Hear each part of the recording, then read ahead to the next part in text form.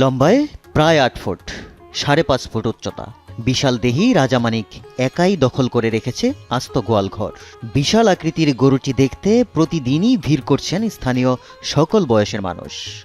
গরুটির মালিক খুলনার ডুমুরিয়া উপজেলার রঘুনাথপুর গ্রামের বাসিন্দা মিনু সাহা। তিনি জানান, রাজামানিক ফ্রিজিয়ান হলেস্টেইন জাতের গরু, ওজন আনুমানিক ৩০ থেকে ৩৫ মন।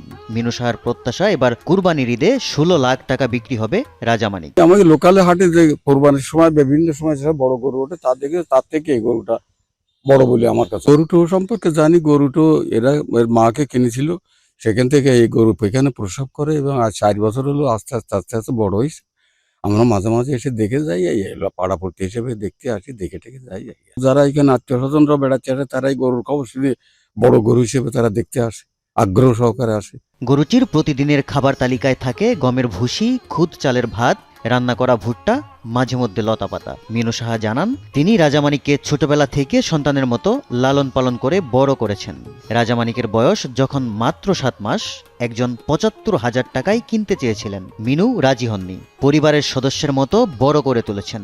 মিনু সাহা রাজামানিকের মালিক, দুজনের ভাবও অনেক। কিছু সময় আমাকে না দেখলেও অভিমান করে, একদিন খাবার কম পেলেই রেগে যায়। কালের কণ্ঠকে বলছিলেন Minu Saha. Monalisa heavy flow 15 piece প্যাকেটের সাথে 8 পিসের একটি প্যাকেট একদম ফ্রি। যে ছোট থেকে পালা, যে বাচ্চা এই ৪-৫ বছর, ওর কারণে আমার ঘুম নাই, আমি অসুস্থ। আর ওর যদি একটা মশাই কামড় দেয়, ওর সাথে সাথে টিনি ধাক্কা দেয়, যে বুঝতে হবে যে ওর ভাই মশাই কামড়াচ্ছে, না হলে ওর খিদা লাগেছে।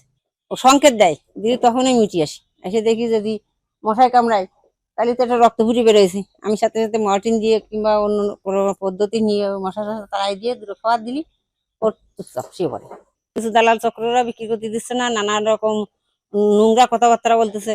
কেউ বলতেছে গরু পচে গেছে, কেউ বলতেছে গরু বিক্রি হয়ে গেছে, কেউ বলতেছে গরু বিক্রি করবে না, কেউ বলতেছে গরু কিনা যাবে না, কারণ গরু অসুস্থ থাকে সবসময়।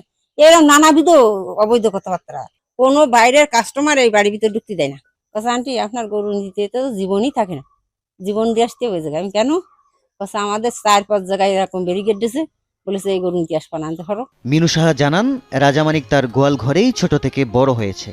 এখন তার দেহ এত বড় যে গোয়ালঘর থেকে বের করতে হলে ঘরের অন্তত একটা দেয়াল ভাঙতে হবে। প্রিয় রাজামানিক চলে যাবে, মনে পড়লেই মিনু সাহার মন খারাপ লাগে, কিন্তু কাউকে বলতে পারেন না। বিদায়ী যে সংসারের ধর্ম।